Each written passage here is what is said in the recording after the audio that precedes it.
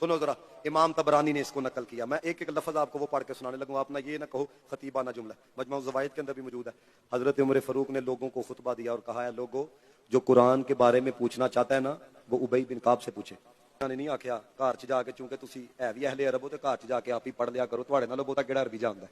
भाई मनो ना मनो, असी मनवान दा ठेका नहीं लिया, लेकिन दसना साडा फर्ज है। वो कहते हैं कुरान से दूर करते हैं, हमारा दिमाग खराब है, लोगों को कुरान से दूर करे।